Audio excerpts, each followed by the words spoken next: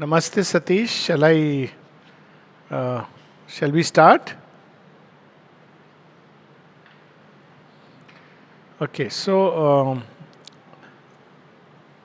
there is no particular subject and the workshop is, on self preparation in yoga, which anyways we are going to take up as it flows there.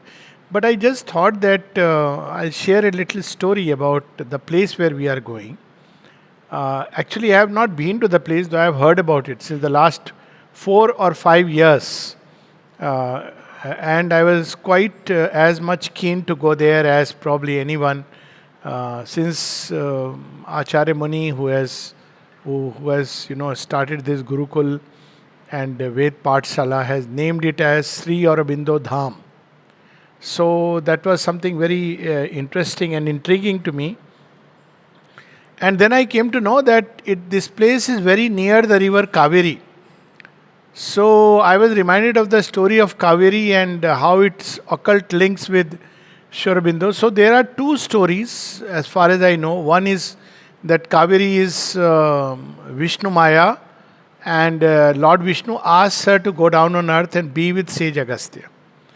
And as the story goes, that she then takes birth as Lopamudra, marries him, and then there is a drought down south, and she goes into Rishi Agastya Kamandalu and goes right up to the southern state, where she is then released, or rather, it gets released by some Lord Ganesh coming into the picture. He topples the Kamandalu, and that's where Kaveri originated. I have gone to that place called Tal Kaveri or Tal Kaveri.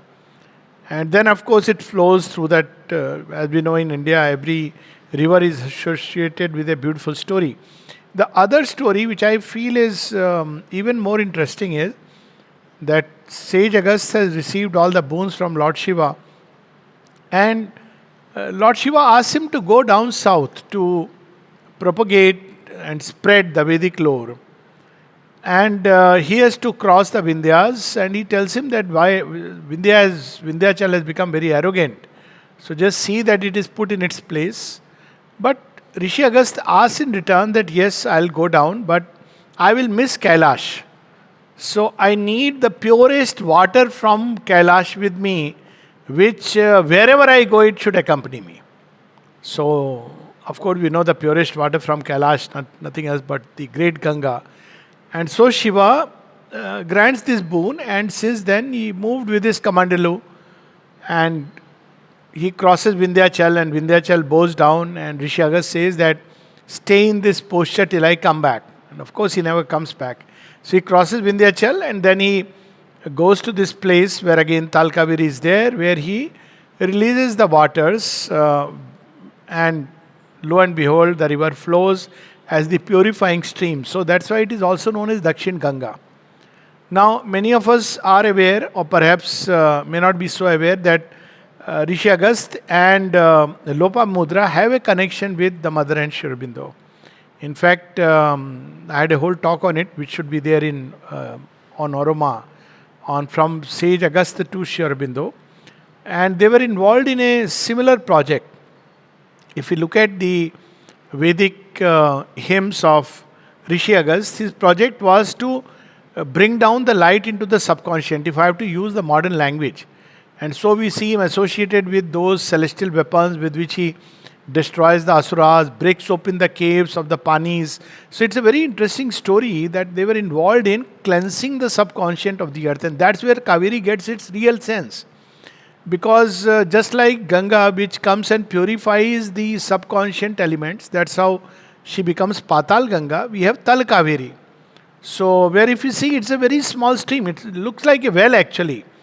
And you take a bath, I have seen, it's a beautiful, very nice sight. It's not about the sight, there is a very nice feel out there. I think it's near Madikeri, that's where I had been. And then she flows down as if purifying the subconscious elements. Now, why this is important is because the subconscious is the real problem which binds and chains us as human beings in all our future progress. So, subconscious is that part which holds all that we have ever. He's the Chitragupt. It is the Chitragupt, if you want to put it. It is recorded everything that we have seen, felt, ever heard, all that is documented there. We see its description in Sri Aurobindo's epic Savitri in Book 9, Canto 1. So when Savitri goes into that realm, she sees all those fragments which are there lying scattered, and later on even death shows her that, look, this is where they are buried. So our buried selves, our past personalities through past lives, our habits, tendencies, not only individually and collectively, they are the ones which are like chains and fetters, preventing our advance. So up till now the rishis knew it, the traditional yogis also knew it, but they didn't want to tackle it. They instead found a way that how they can simply taking the mind or the heart or the will as a tool of ascension, means of ascension, they escaped from this entire realm that we know as earth. Of course, earth is not just the physical earth, but it has its own atmosphere, etc., extending. And they escaped, their soul escaped from the fetters of the subconscious. So they escaped. But this escape, while individually it's okay, but if we take a body upon earth, it will still be under the influence of the subconscious. So diseases will be there. Many of the chronic illnesses are because of the subconscious, which constantly throws up. Once something settles in the body, once a habit settles in the mind, it keeps on repeating. So individually one can escape, that path has been known, but if we take birth upon earth, we are once again caught in that trap. So that's why we see that from there came this idea that rebirth is a kind of bondage and a chain, and people started finding a way not only for the soul to escape, but never to return back on earth, which obviously was a very limited, at best a very limited and not very manly or sage-like or divine-like way of life. So this was one approach. Then Shri Krishna gave in the Gita the ideal of Jivan Mukta. He said, no, once you are free, it's possible for you to enter into the body. Yes, your body will be bound by the gunas, the three gunas, but inwardly you will be Trigunatit. You will be free. So you won't be bound, your true self will not be bound. But your body, mind and heart, they will run according to the three gunas. So this was a great ideal. That means we don't have to run away forever. We can come back upon earth as Jivan Muktas.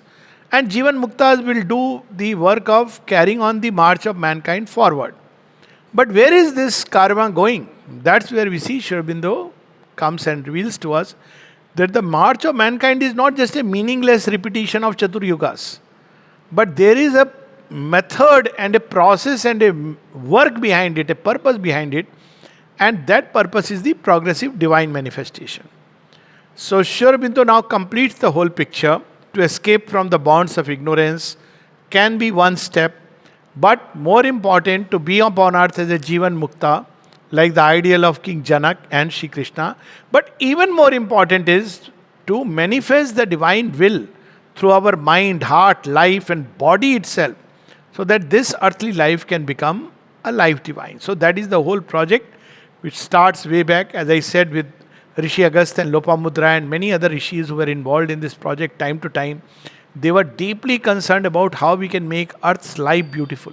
If you look into these Vedic hymns, it's much later, particularly after the age of Upanishads, and then as earth became more and more under the grip of the Asura, that there was a tendency to find a way of escape. But it's not there in the original Sanatan Dharma. So we see that project initiated by Rishi Agastya and Lopamudra has now come to a completion, point of completion. And therefore this yoga is important because it not only connects with the past. There are many yogas which connect with some rishi in the past. There are many yogas which take up some path which was already well prepared. So they only modify it a little and give a little more easier way because that path is already prepared. So this yoga picks up from the past, which is the Vedic rishis, but takes it to the future. Meaning thereby, there are many elements in this yoga which do belong to the traditional ways, but more importantly, there are many elements which are found nowhere. And the goal itself is different, The goal is not just an escape from earthly life into some nirvana or moksha, but the collective emancipation of mankind so that human life, with its limited framework, changes into a life divine. Meaning thereby that, well, human life, even at its best, is a sattvic life, and we can have sattvic society like we had in India of old. But even a sattvic life, even if we suppose that such a life could be created, everybody rises, becomes noble, beautiful human beings, still it will be limited by the human framework of knowledge, human framework of capacities of the heart, limitations of human will, and of course the limitation of the human body. So it is bound to decline at some point of time. This is what we see that happened in many of these societies which attempted becoming a ideal sattvic society. Not only in India, but even in Greece we see this. So it's pulled down. But not just a sattvic society of noble, beautiful human beings, but a spiritual society of spiritually realized beings, not just realized beings, but those who take up the challenge of earthly life and all its activities and movements and strive and labor towards making this life here perfect.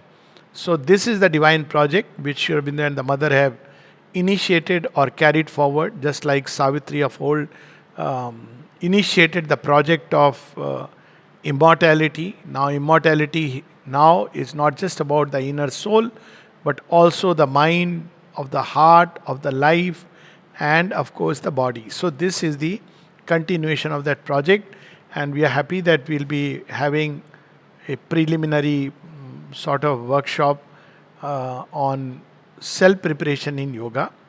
Uh, of course, self preparation is something which goes on. It's not like now you're prepared for yoga, now you're initiated and you are on the path, because there are so many parts of nature. Some part is ready, may not even require a preparation, it opens. Whereas there are other parts which take time, they get prepared and then they engage with the yoga. There are others which are not only not ready, but they resist, they don't want the yoga, because human beings are not made of one single piece. It's I don't know whether to say fortunately true or unfortunately true. I would rather say fortunately true. Because imagine if we were made of single piece and all of us would have been such monotonous creatures. So there is variety, there is variety not only outside but within human nature. And an extreme degree of diversity exists within human beings.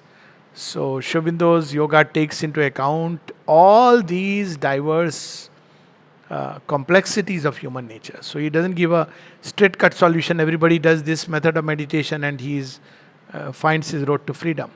Because that's not the way of Sanatan Dharma, though it's more popular nowadays. You pay a few dollars, learn a technique, and that's it. It takes into account all the diversity of human nature and progresses through that. So, what that means, we will share when we are there. For the moment, I think I'll pause here, and if there are any questions, I'll be happy to answer. Dr. Alokji, namaste. I'm Ramesh from Mysore. I hope I Namaste. am. I hope I am audible. We were Yes, together. yes. We were together in one of the Zoom meetings earlier. Also, we had invited Yes, I me. am aware. I remember. I remember. Yes, yes. Thank you, Yes. Alokji. Yeah. What should we understand? Uh, and why should we understand the nature and process of our mother's yoga in the modern life's context? This takes us directly to the heart of the purpose of the yoga. And most of us are living in the society what mother calls the old world and the old values. We are Yes. we are completely surrounded by the old kind of thinking, all mental constructions, patterns around us, and such people are coming to the workshop, as I suppose, because we are not living in any ashram as such. So, how to pursue our yoga in that context of the society, which is completely, if not antagonistic, some kind of contradictory, contains contradictory elements to the yoga. Okay. So, this is, of course, we'll take up this subject in a little more detail. So, what was really the old world? It's not that everything was uh, bad or wrong in the old world. No, there were many beautiful things, as I said in the past. The problem of the old world is that, as the Gita speaks of dharma siglani. So, for instance, if we connect with the aspiration of the rishis who wanted the heaven and earth to become one, it's very beautiful. But over a period of time, this aspiration begins to crystallize into fixed forms and formulas. And then it goes one step further into rituals, which, have a meaning if we go deep into it, but most of the time they are practiced in a very unconscious way. The second problem is of the old world was that now when you practice these rituals in a very unthinking way, then it's very difficult to adapt them to modern life. For instance, that I have grown up again in typical old world where we used to pray and go to a temple regularly. But now we need to understand that the original temple, always when the rishis speak about the fire, where is this fire located? It is within the heart of man. This fire we always carry. This temple, Shabda speaks about the temple of the Divine Mother. This is the temple which must be kept clean. Now it's important to connect with the aspiration rather than the forms and formulas which necessarily change because, well, time moves forward, things move forward. So Sri Aurobindo brings out the essence, the kernel of the past. And he gives us that truth rather than all the outer formulas. Secondly, in the old world, the aspiration of man went as far as the gods. So the mother speaks about it as the realm of the gods, and we prayed to gods, and the gods could help our lives, even change us to an extent. Even sometimes to a rare seeker, they could grant freedom, which is mukti, moksha. Shiva could grant that, Krishna in his own way. But the problem is that the gods ultimately still come within the realm of the cosmic consciousness. They govern the cosmic consciousness. And until a new force comes which has the mandate to change earthly life, they cannot just arbitrarily change it. And that's what we see in all our Puranas. The gods are there, wonderful beings, and they are always there. They are not just human imagination. But they can grant to individual or even sometimes to a group things which our heart desires, sometimes even, as I said, some purity of the soul, some kind of knowledge, but they cannot transform earthly life because for that a new force is needed, a new something from the transcendent. That's what the mother describes in one of her passages, which probably we'll read it there. It's there in volume 3, where the mother speaks about what really is overmind and supermind. And at the same time, she brings that new force from the transcendent, which if we take the transcendent, universal, or the cosmic and the individual, we have this, that is the pragya, where the seeds of things which are yet to manifest are there. And then there is the Hiranyagarbha. So gods govern the realm of the Hiranyagarbha. And then there is Virat, which is the waking consciousness. So, but something has to come in the Hiranyagarbha for them to manifest. So the mother and Sri Aurobindo bring out from that hidden reality, pragya, and beyond it, that Turiya in which people went and escaped. They went there but brought from it all that can still manifest, is waiting to manifest upon earth. And therein lies the newness of this yoga, that a new possibility has come in. And so according to that new possibility, we have to adapt our inner consciousness, inner being. Our aspiration has to change accordingly. The ways of approach, for instance, there is insistence on the Divine Mother here. But Divine Mother not only to liberate us, Divine Mother has been there always in Indian thought. It's something very unique, but also to transform us. So these are some very new elements which we'll speak about in detail when we are there.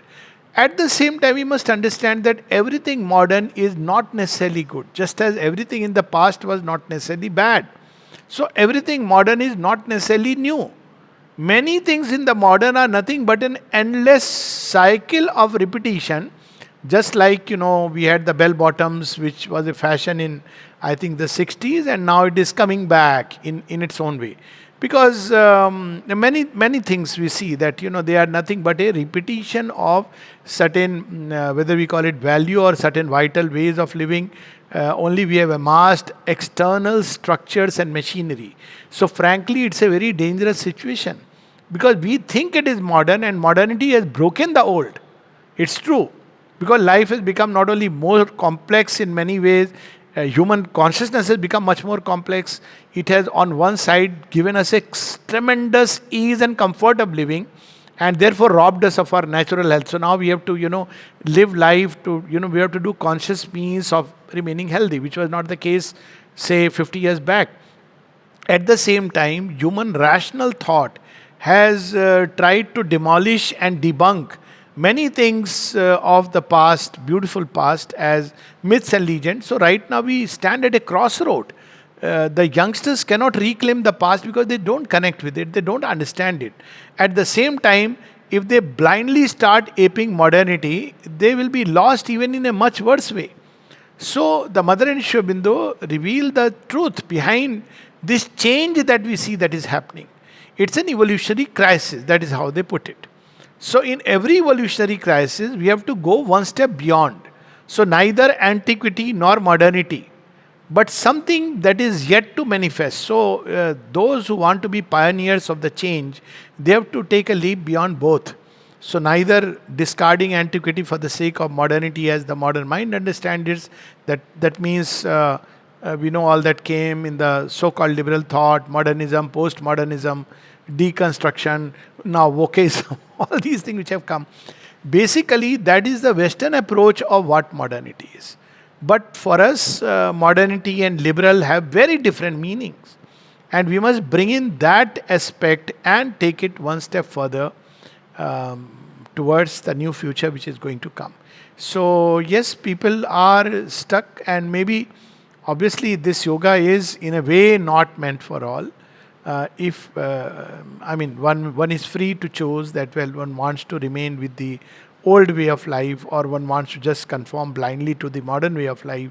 It's each one's choice. But there are some people more and more all over the world who feel an increasing need of something else. Some can define it, some cannot define it. They feel, at least in my case, I know that I had read the scriptures, the Vedas, the Upanishads, the Gita, the Ramayana, the Mahabharata, and wonderful, and the Western philosophies.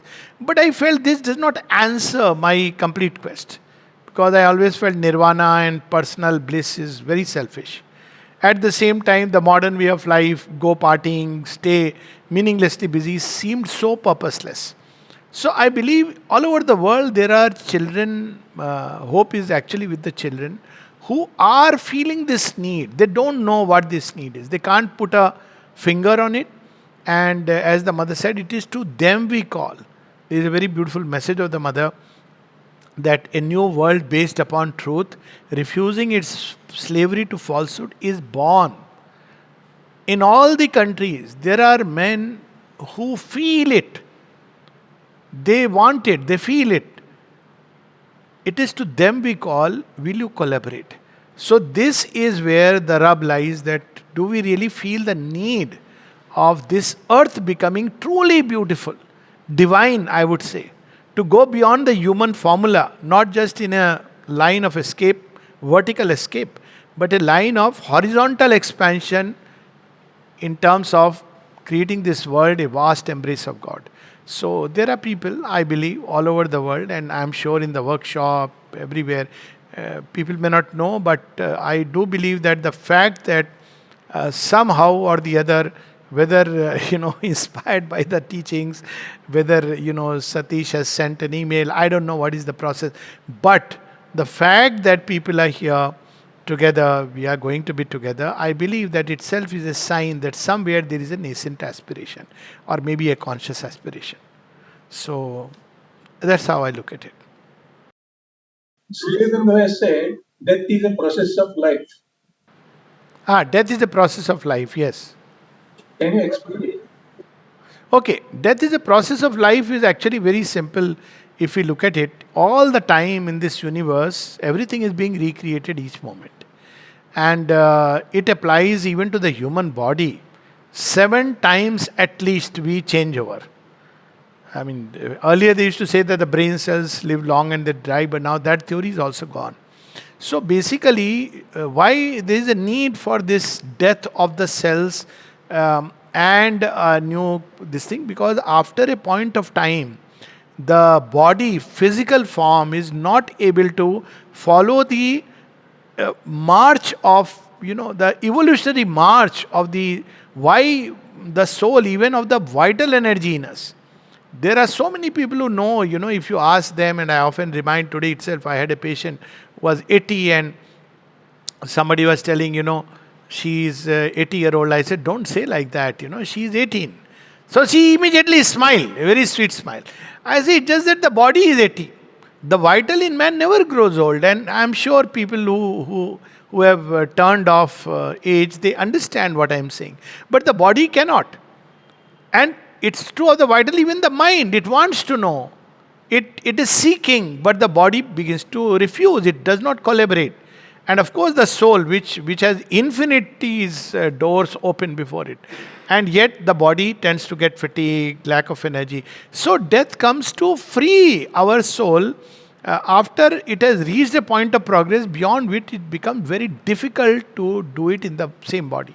I'll give an example. There are people who say at 70 they discover something and they feel that secret urge that, oh, I should have done this, I would have been this. Or sometimes even at 30, 35, I met people who felt that they were feeling stifled in the life. Even they harbored death wishes. I know this because, I speak to them. And then suddenly something happens and they left the body. Now, outwardly it's a tragedy. But inwardly, it's a journey of life. Now, life must take another body. Or we can continue, take it like this, that if I am going in a car and traveling to some place, and if the car breaks down, now what do? I can lament about it, or I call another taxi and take. Because ultimately, my goal is not the car for the sake of the car, but car for the sake of the purpose, the destination towards which I am traveling.